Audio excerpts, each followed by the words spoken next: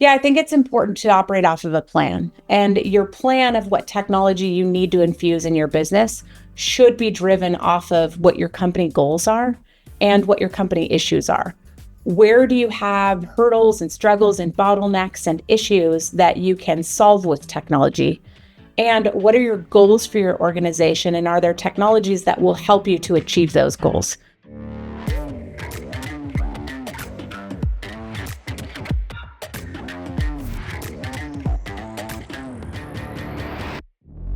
Hello, professional property managers. Andrew Smallwood here, your host of the Triple Win Podcast. And I am joined by my friend and industry professional, Kelli Segretto. And for those of you who don't know Kelli, so some of you may have had interactions or experience when she was really running the ship at PMI, Property Management Inc. She's since branched out, developed her own consulting business. And we've heard from a number of mutual clients what a great experience they have working with Kelli and what impact she's had. And I can tell you, Second Nature has tapped Kelli multiple times to get her insight on products and things like that we're building for the industry. We really respect her opinion and her generosity, and what she shares with this industry. And Kelli, I just want to say before we get started, thank you for everything you have done and for being with us today to have this conversation. I always look forward to this and really appreciate you being here. Thanks for having me. It's my pleasure to be able to chat with you. Awesome. All right. So Kelli, we're going to dive right in. We're going to get right into it. I'd love to hear, you're talking to property managers on a weekly basis. And, I've got my bias from what I'm hearing in conversations, but I'd love to hear from your perspective, what are you hearing that's important for professional property managers to be thinking about right now? What should we be paying attention to or noticing? What are you got your attention on? What are you focused on right now? That's a great question. I think a lot of what I'm finding people engage with me about is finding more efficiency in their businesses. It's a lot of leveraging technology and looking for labor efficiencies and finding ways to just elevate the experiences that they're creating for their owners and for their residents. Yeah. And so with creating efficiency, you said, well, two things there. One is how do we get more efficient? And then another is talking about the owner and resident experience. And I'm curious, let's kind of dive into the efficiency part first. When somebody thinks about approaching that, what are the couple of places you kind of start with them of, hey, if I'm looking to go down this path and get more efficient or more fit, kind of business, what are kind of the big opportunities somebody would start with there? Yeah, I'd say there's really three different components that we're looking at. When we're looking at the efficiency of how you're operating today, we're typically looking at the technologies that you're utilizing and how you're leveraging those technologies. We're looking at the people that you have in your organization. Do you have the right org structure? Do you have the right people in the right seats? And we're looking at process. We're looking at, do you have a dialed process? Do you have consistencies in how you do business? And are those processes themselves created in a way that is efficient and able to be followed by all? So let's dig into the tech part first. I think I heard you sharing a stat with me that kind of surprised me of the number of companies that have entered this space offering technology to property managers. I don't remember the specific number. Maybe you can help us with that. But what are you kind of seeing from that front? And what are kind of property managers faced or proposed with as it kind of relates to building out their tech stack? Yeah, the statistic that I saw as recently as this week was that there are 300 to 500 new prop tech companies that have entered this space each year for the last 5 years. And so we're seeing a huge influx of different available technologies, sometimes competing to where they're covering kind of the same things, but people are trying to innovate in this space and create new ways to either find efficiency or add products or increase our ability to provide services to our owners and our residents. And it's really interesting to see how those are coming into play. I think the effect that has on property managers is I see some property managers falling into this analysis paralysis. There's too many different companies coming on board to keep track of what opportunities there are. And then do those technologies play nice with others? Do they integrate into their business, or are they going to add additional steps to their processes that are creating It may help with efficiency in one area, but is it pulling from efficiency in another? And so it's this game of tug of war with these different prop tech companies that we're seeing come onto the market and how they play into the rest of our technology stocks.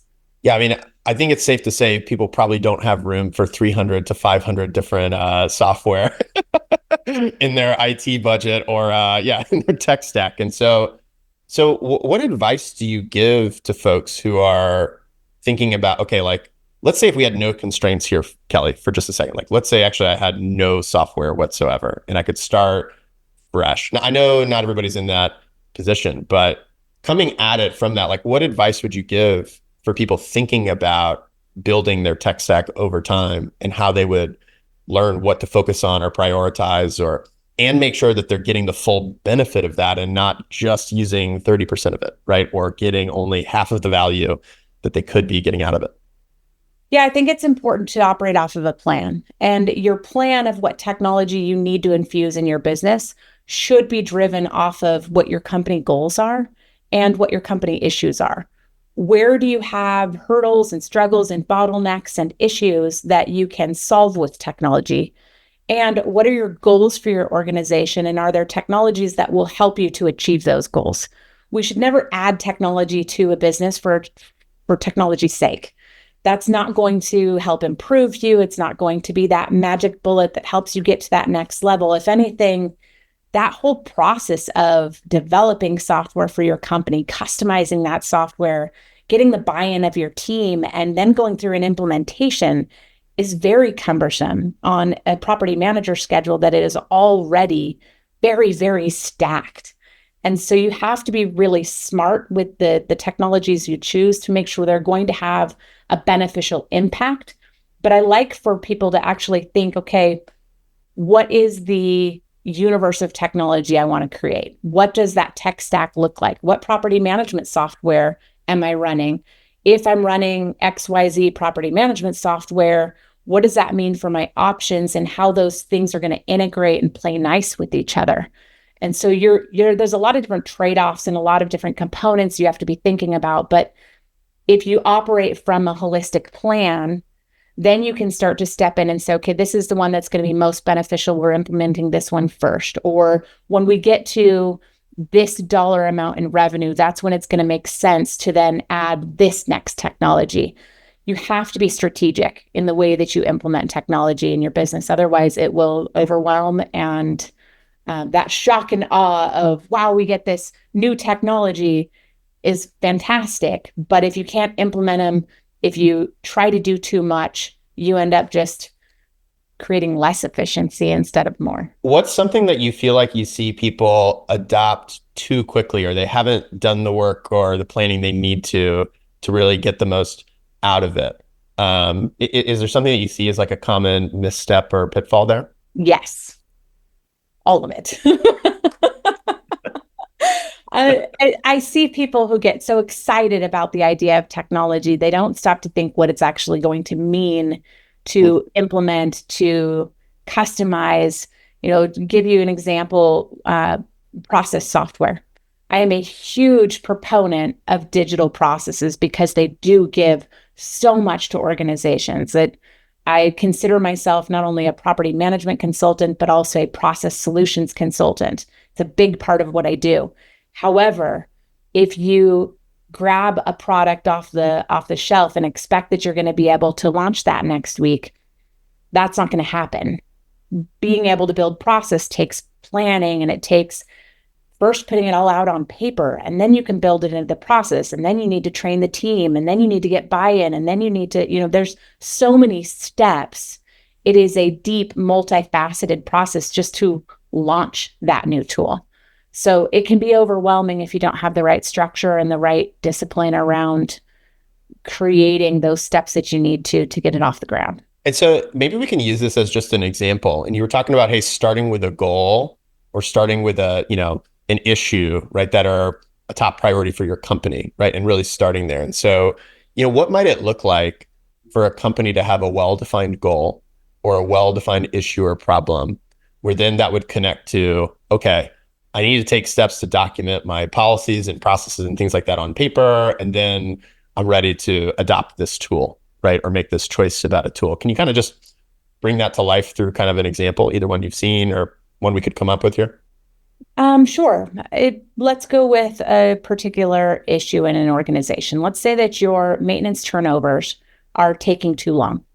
And when your maintenance turnovers are taking too long, you have higher vacancy loss, your owners are unhappy, your business is unhappy because it affects your profitability. There's a lot of issues that derive from your processes taking too long. So the solution that an organization put into place that was dealing with this issue was they created their digital process for their make ready process. And they went through and they structured all the steps that needed to happen and the people that needed to be involved and the timing so that they could be more proactive in creating an opportunity for that process. When they started, the process was taking on average 30 to 45 days. So their process and their goal was to get it down to 10 to 15 days.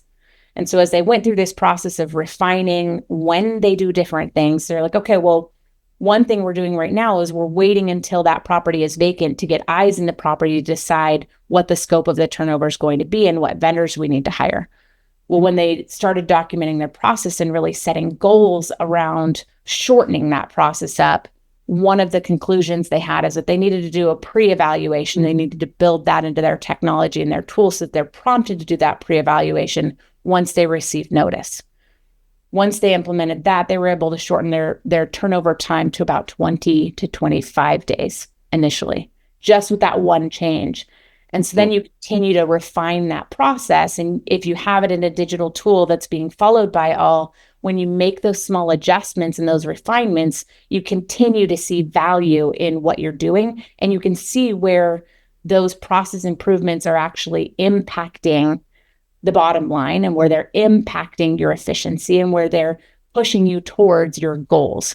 And so that's a place where technology is really beneficial and can help not only establish what your goals can be, but also track when you're making minute, little tiny minor changes, what the impact of those changes are overall. Well, yeah, no, thanks for walking through that.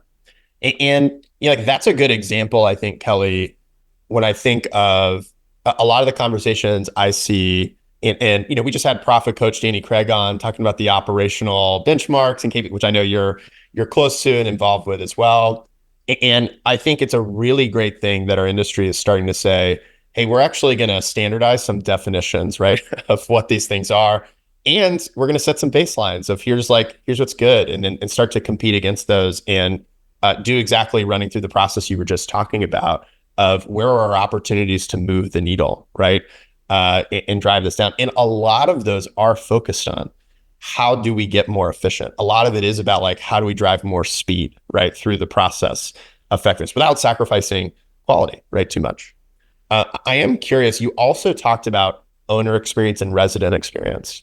And you also talked about, I think you have a message coming up at NARPM National that you're preparing for on this. And I'm wondering if you can pull back the curtain a little bit for us and say, okay, is that a different side of the coin here? Or is there another way to think about this? Or how should people think about, okay, as I'm creating this efficiency, what does that enable me to do or allow me to do? Or what do I do next as I think about that?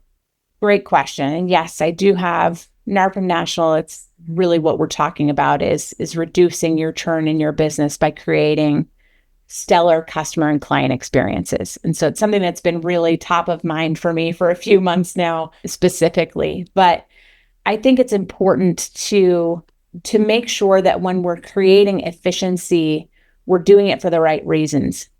Yes, there's a lot that we can automate now, and we can infuse technology, and we can make our businesses very robotic. But then we lose the point of what these businesses are.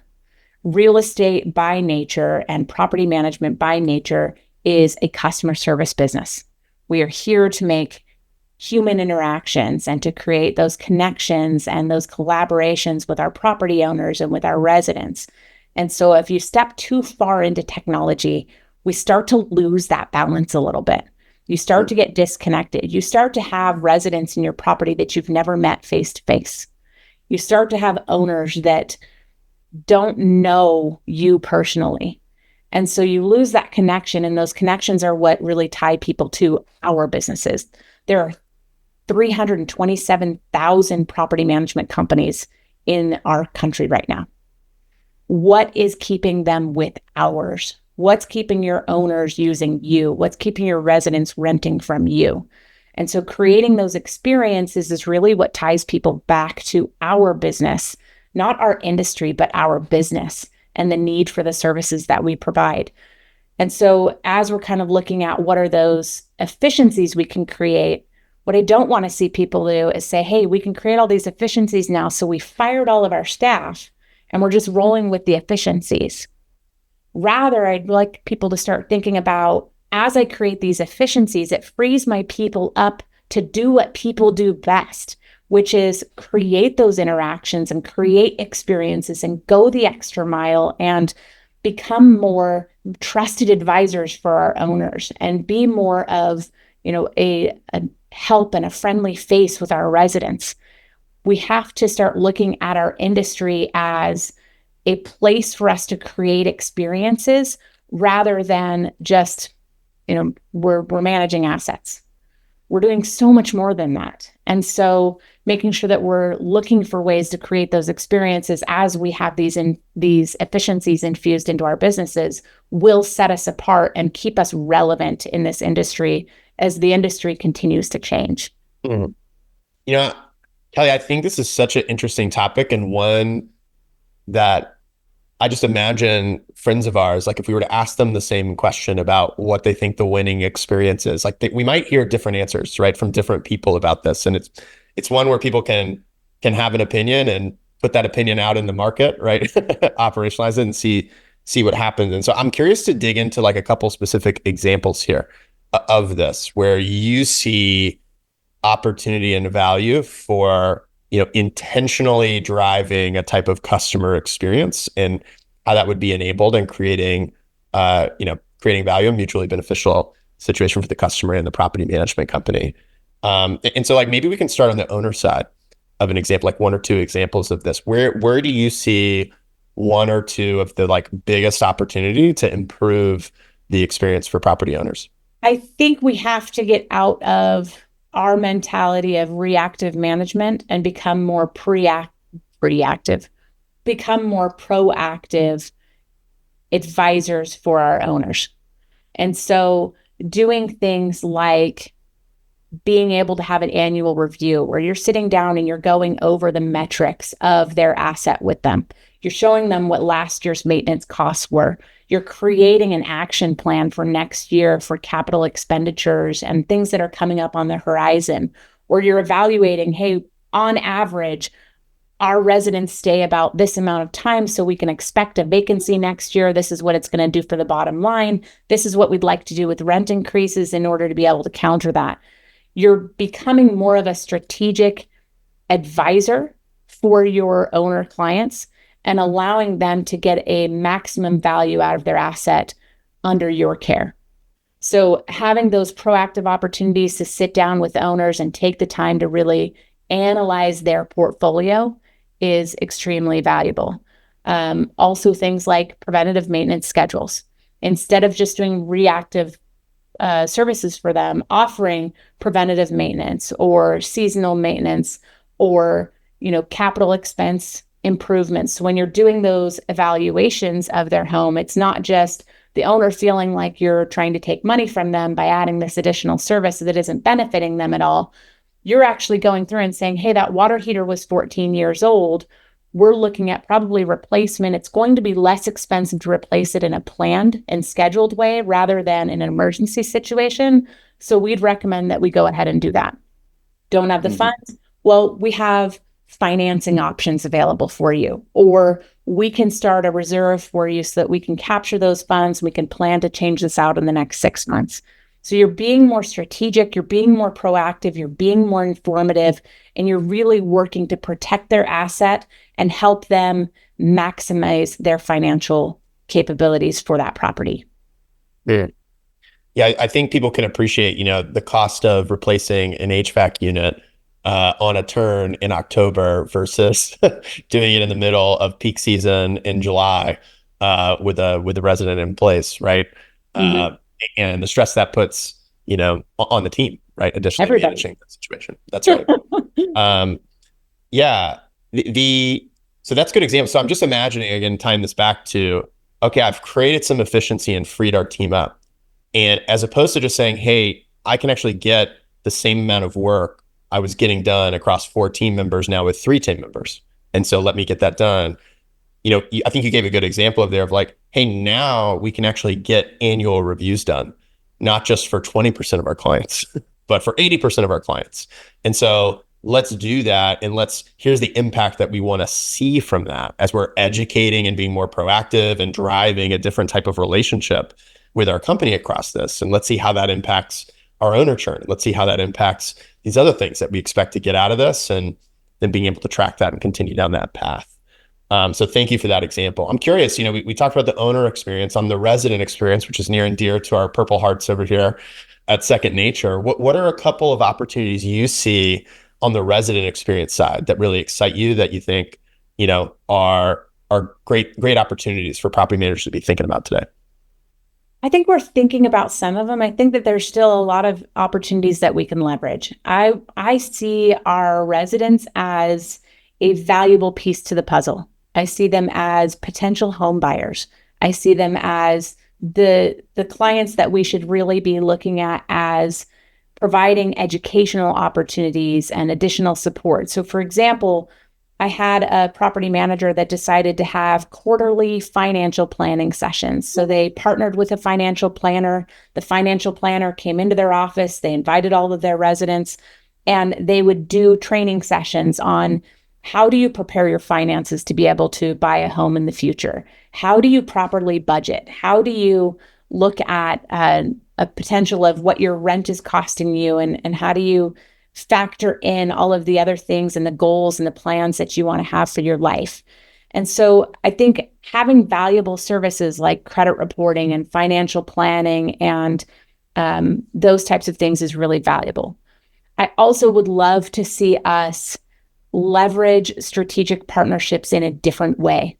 I think at times we have BNI groups that we're part of where we're talking to people that are in the insurance industry or in the title companies or these different adjacent industries. And we're talking to them as like, hey, you could be a funnel for me. If you have people who own property, send them my way. But what if we leverage those strategic partnerships to say, we want to have a community event. We want to do an annual resident appreciation event.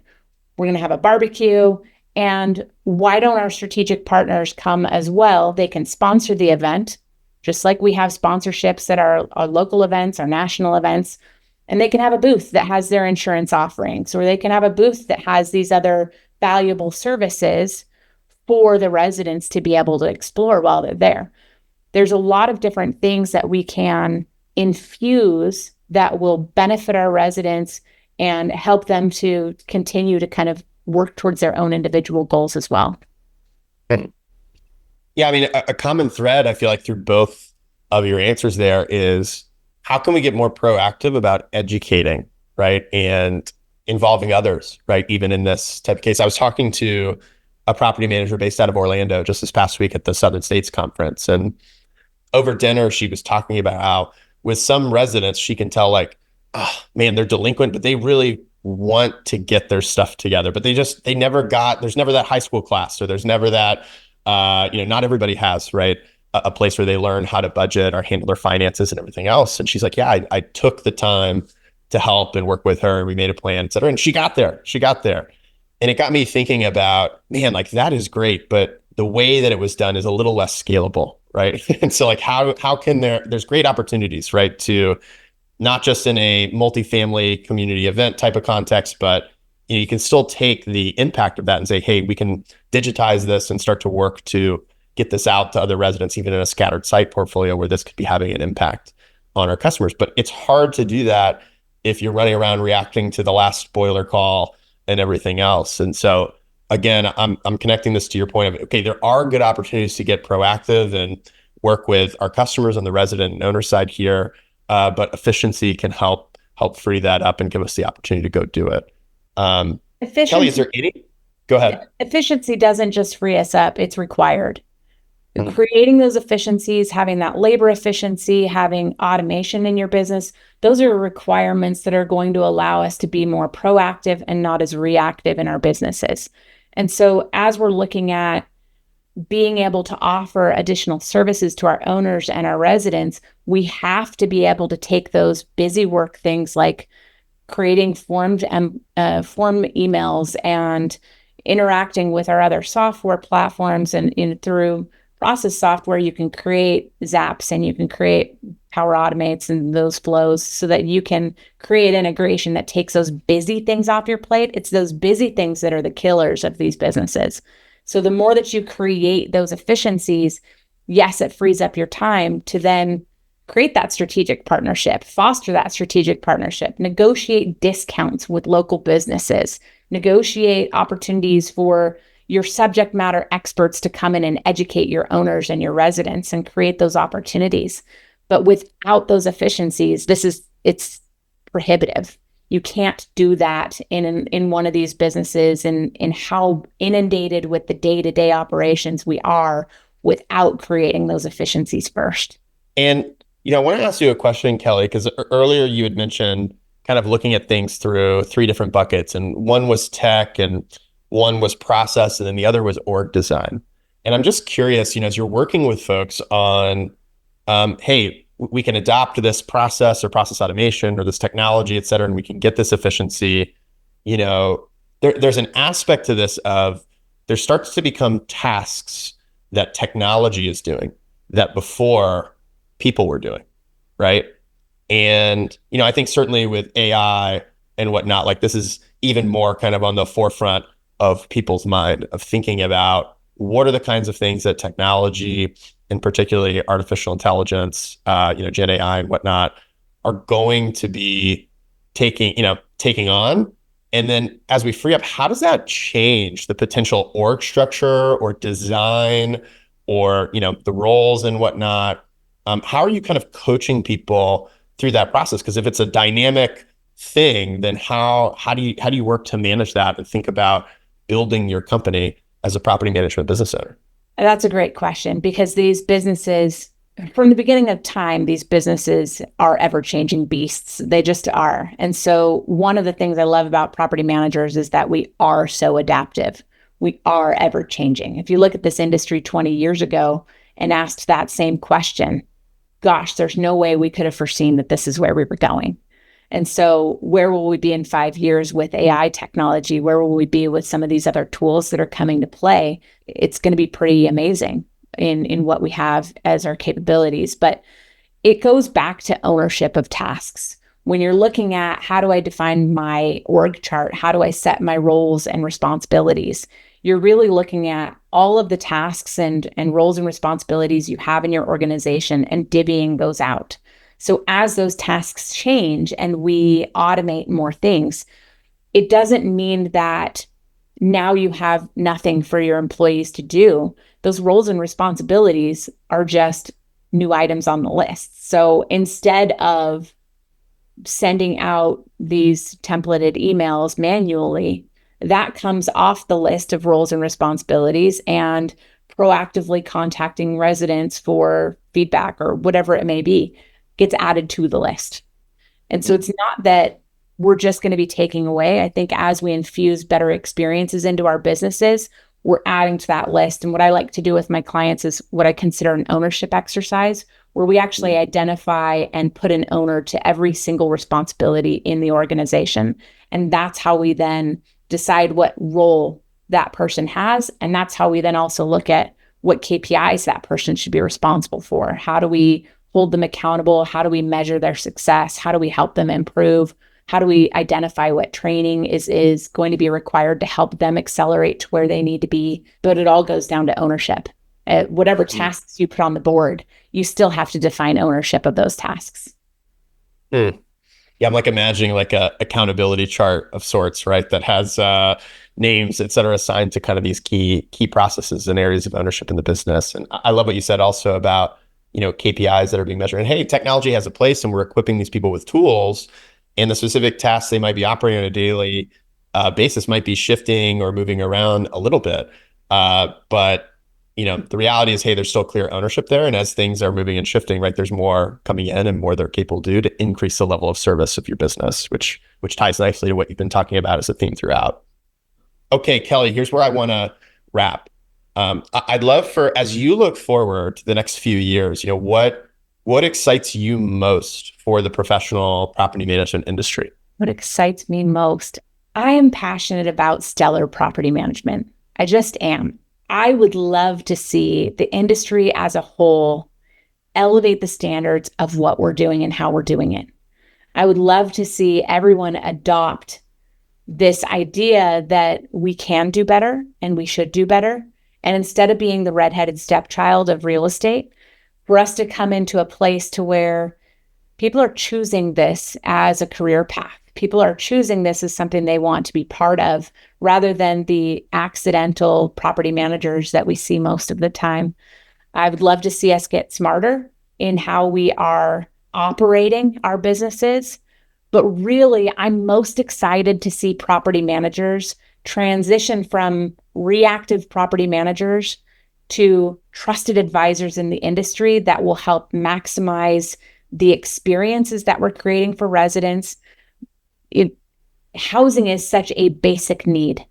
It's something that everybody needs, but how your property manager treats you is going to create either friction and drama and chaos in your life, or it's going to be helpful and beneficial and helping you to find new success as you grow as a human. And so if we can be that for our residents, help them to do better and be better and have positive experiences, if we can, for our owners, be that trusted advisor to help them be able to maximize their asset and be able to preserve their asset in a meaningful way, it's helpful for everyone around the board. And so we're creating meaningful experiences. We're protecting assets. We're seeing longevity of property instead of our throwaway culture that we're used to. And it's exciting to think about the future being more than just reactive, but proactive and meaningful in our interactions and the way that we approach this industry as a whole. Well, Kelli, I know one reason we always vibe is we share the same vision and mission of a future of this industry that is increasingly more and more professionally managed by folks obviously listening to the podcast and what we can do to empower and equip those folks to help forge the path forward to a better future of just more and more excellent, stellar property management, I think was the word that you put there. So thanks again for joining us today. Thanks again for sharing your thoughts and insights. And that wraps up another episode of the Triple Win Property Management Podcast. Thank you for pressing play. We hope you've gained valuable insights and inspiration. The Triple Win Property Management Podcast is proudly produced and distributed by Second Nature, where we believe in a triple win, building winning experiences for your residents, investors, and your teams with the only fully managed resident benefits package. Visit secondnature.com to learn more and talk to an RBP expert in your area. If you have any questions, comments, or want to weigh in on the conversation, we'd love to hear from you. Email triplewin@secondnature.com. That's triplewin@secondnature.com. Stay connected with us beyond the podcast. Visit our website at secondnature.com to stay updated with upcoming property management events and articles. And don't forget, you can keep the conversation going in the Triple Win Property Management Facebook group. It's exclusively for property managers. To receive even more valuable insights and updates, subscribe to our newsletter. You can find the link to that and much more in the show notes. On behalf of the Triple Win community, this is Laura Mack, thanking you for tuning in. And on behalf of Second Nature, this is Carol Housel. Check back soon for another exciting episode. Until then, keep striving for that triple win.